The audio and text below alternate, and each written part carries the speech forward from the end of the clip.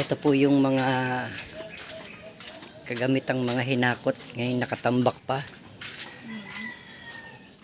Oh. May 26. Tama ano? May 26 ngayon ano? May 26 at 6 AM ng umaga. Ito ang sitwasyon sa amin.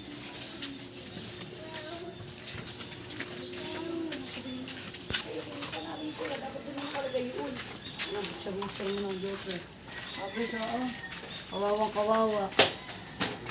Lalo na yung bahay ko. Wala man lang tayo nailigtas sa kahit isang gamit.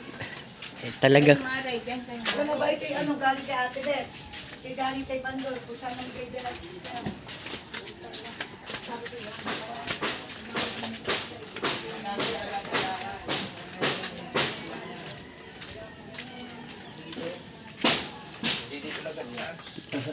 Ito pang ating ilan sa mga kalugar na ano, na nabahaan.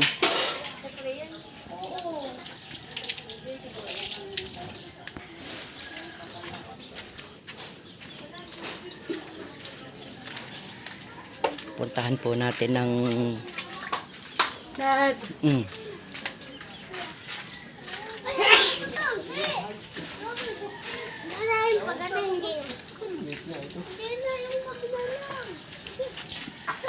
Ito po yung isa sa bahay na umipod.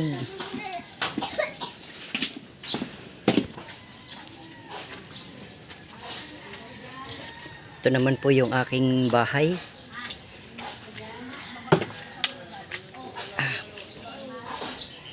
Tik.